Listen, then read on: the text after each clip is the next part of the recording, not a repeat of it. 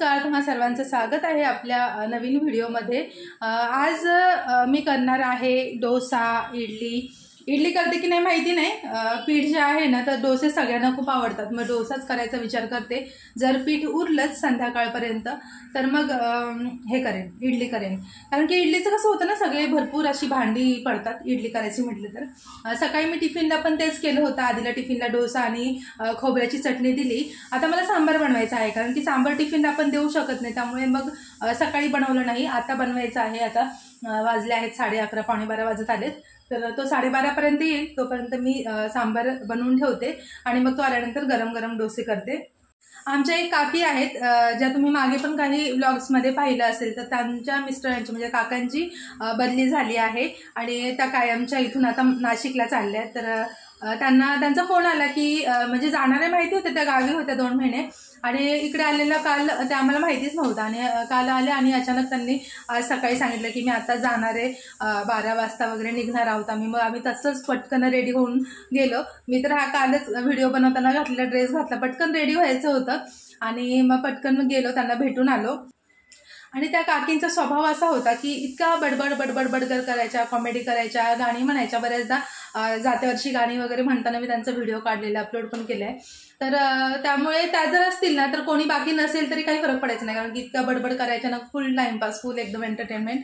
आणि आता त्याच चालल्या आहेत, आता गेले 2 महिने पण त्या नव्हत्या, तर त्यांना आम्ही खूप मिस केलं आणि आता तर त्या म्हणजे इथून कायमच्याच चालल्यात, शिफ्ट होत आहेत, तर त्यामुळे तर खूप मिस करणार आम्ही त्यांना। आम्ही त्यांना एक छानसं गिफ्ट दिलं, त्यांना भेटून आलो आता, रडत होत्या। त्यांना पण आमची आठवण नक्कीच येईल, कारण की आम्ही खूप साऱ्या आठवणी आहेत आमच्या। जसं मी तुम्हाला सांगितलं, आम्ही गार्डनमध्ये जेवायला वगैरे जायचो, जेवण करायला, मग त्यांच्या हातचं काय काय स्पेशल बनवून आणायच्या। आणि कसं असतं, आपल्या मैत्रिणी आपल्या वयाच्या असतील तर ठीकच आहे, पण ज्या आपल्या म्हणजे काकी असतात, आत्या म्हणतो आपण, मामी, मावशी कोणी असतात, त्यांच्यामध्ये जेव्हा आपण मिक्स होतो तेव्हा आपल्याला बऱ्याच जुन्या जुन्या ज्या गोष्टी असतात ना त्या ऐकायला मिळतात, खायला पण भेटतात काही काही पदार्थ त्यांच्या हातचे छान छान। तर त्या आज गेल्या, त्यामुळे मग सगळ्यांनाच वाईट वाटत होतं। तर ठीक आहे, पुढे जे काय त्यांचा प्रवास एकदम छान हो। तर त्यांना आम्ही छान असं गिफ्ट दिले, जेणेकरून आमची रोज त्यांना आठवण यावी। तर ती जी क्लिप आहे ना, मी इथे अटॅच करते पुढे। आणि तुमचं पण कोणी असं जवळचे व्यक्ती जर कोणी जात असेल कुठे बाहेरगावी वगैरे, तर तुम्ही पण त्यांना असं गिफ्ट नक्की द्या। मला खूप आवडलं ते गिफ्ट, आणि गेले मी 2-3 गिफ्ट बघितले, मला जेव्हा हे दिसलं ना, मी पुढे काही बघितलंच नाही दुसरे गिफ्ट वगैरे। आम्ही सगळ्यांनी मैत्रिणींनी मिळून त्यांना ते गिफ्ट दिले। तर मी तुम्हाला ते अटॅच करते व्हिडिओ, नक्की बघा आणि नंतर मग आपण बनवूया डोसा। तर बघा, आम्ही सगळ्यांनी मिळून काकींना एक गिफ्ट दिलं।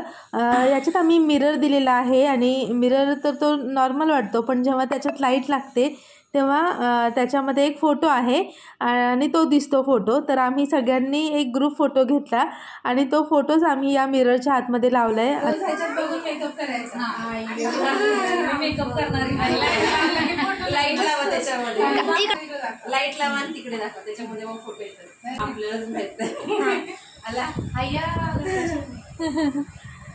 आता तुम्ही बघा, रोज मेकअप करताना लाईट लावली की आम्ही दिसणार, पण मस्त आहे ना, म्हणजे बंद केले की दिसत नाही। इकडे रूम बघितलं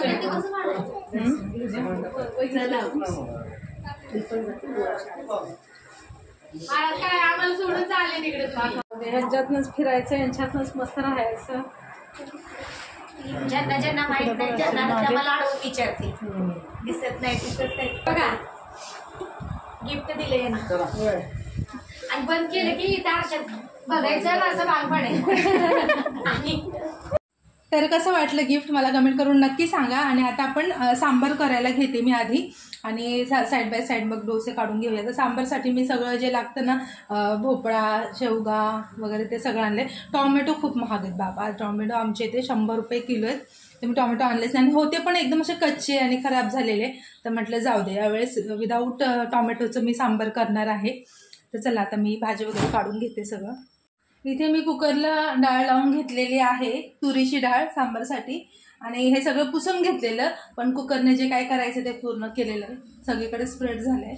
आता याच्यासाठी मी कुकर चेंज केला, आधीचा होता तो हे असतं ना, त्याला कोटिंगचा असतो ना, तो तसा होता, मग त्याच्यात खायचं नाही म्हणतात, चांगलं नसतं हे ते, म्हणून मग स्टीलचा घ्यायचा होता, तर मग मी नवीन घेतला। पण याने पण हे असं शिट्टी झाली की सगळं स्प्रेड होतं, तर काही जण म्हणतात तेल टाकायचं थोडं, मी टाकून बघितलंय, कधी कधी स्प्रेड होतं, कधी कधी होत नाही. आता ते झाले, तर जाऊ द्या. ते कुकरच्या चिट्ट्या झालेल्या आहेत आणि मी इकडे तयारी पण केली बाकी सांबारसाठी. तुम्हाला दाखवते काय काय. हे बघा, इथे कांदा चिरून घेतलाय, शेवग्याची शेंग जी आहे ती कट करून घेतली आहे आणि वांगी पण कट करून पाण्यात ठेवली आहेत कांदा परतेपर्यंत, हे काळे पडतील नाही तर आता अशी सगळी तयारी बाकी पण करायची, पण आपण कांदा तोपर्यंत परतायला ठेवूया, कारण हे सगळं होईपर्यंत थांबायचं म्हटलं, सगळं कटिंग वगैरे होईपर्यंत, तर मग काही शक्य नाही. परत आधीला आणायला पण जायचं स्कूलमध्ये. आता कढई गरम झाली, याच्यात तेल घालूया. थोडं जास्त घालते तेल, कारण ह्या सगळ्या भाज्या ज्या आहेत परतायच्यात आपल्याला. तेल गरम झालेलं आहे, जिरी मोहरी टाकूया. इथे मी अद्रक आणि लसूण घेतलेलं आहे, एक तुकडा अद्रकचा घेतला आणि बाकी लसूण. आता हे याच्यावरतीच ठेचून घेते. कसं आहे, प्रत्येक वेळेस आपल्याला वेगवेगळं भांडं यूज करायचं म्हटलं तर मग ते पॉसिबल. याच्यावरती असं ठेचून घेते. बस आता याच्यात कढीपत्ता, अद्रक लसूण पेस्ट, कांदा घालूया.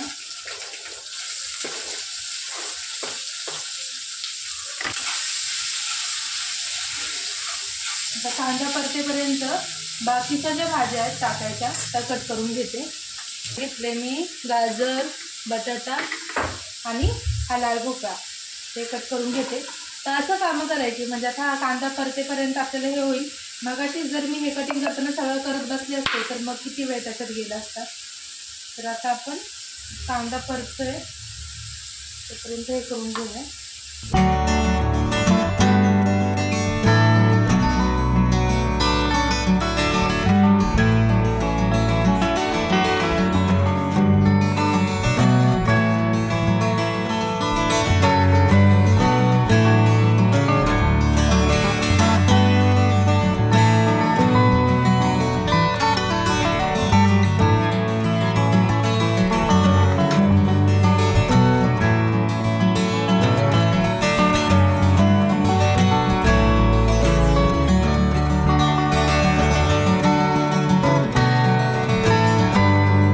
चला, हे बघा सगळं कट करून झालेलं आहे. भोपळा, गाजर, बटाटा, कांदा पण परतलेला आहेच. तर एक एक करून भाज्या घालूया. आधी हे घालायचं आहे. आता शेवग्याची शेंगा घालूया. वांग पण सगळ्यात शेवटी घालणार आहोत, कारण ते पटकन शिजतं. मी चटणी पावडर घालते, हळद घालते,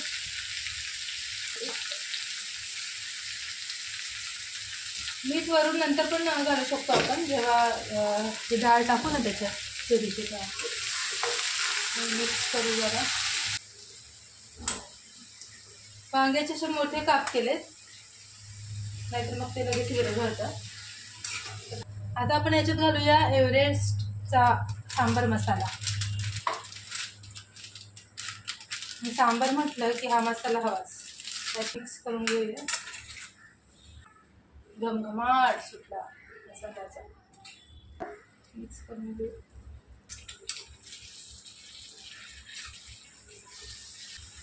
आता याला शिजू द्यायचं आहे आणि याच्यावर पाणी.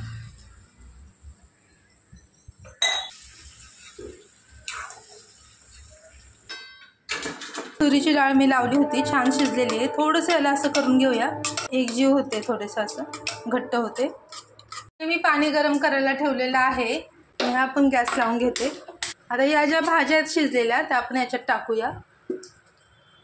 तर आता बघा, ह्या सगळ्या भाज्या शिजलेल्या आहेत. मिक्स करायचं आहे. पाणी गरम झालेलं आहे, तर हे याच्यात घालूया. किती पातळ आपल्याला हवे त्याप्रमाणे घालायचं आहे.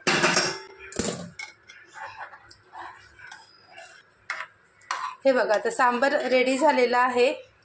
मीठ आपण आधीच टाकलं होतं, पण जर आपल्याला असं वाटलं कमी आहे तर थोडंसं चाखून मग आणखीन वरून घालू शकता.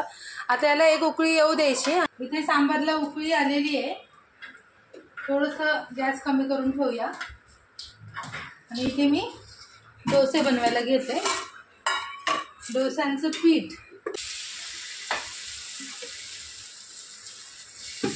हे जे पीठ आहे ते मी घरीच बनवलेलं आहे.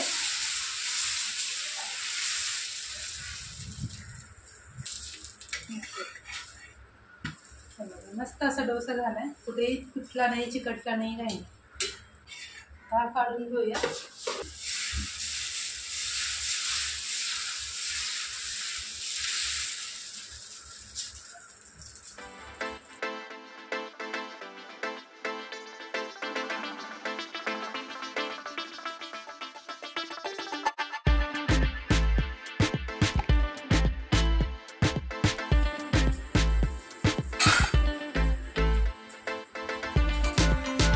तर असं मी फर्स्ट फ्लोअरला बसून आता डोसे बनवत आहे, कारण उभं राहून पाय खूप दुखतात. तसंच मी 1 तास झालं उभीच आहे. तर म्हटलं आता बसून, आणि नेहमी पण जर असं काही तळायचं असेल, धपाटे पराठे काय असेल तर मी वरती बसूनच करते. आता बघा इकडे आपला डोसा पण होतोय आणि पायांना पण आराम.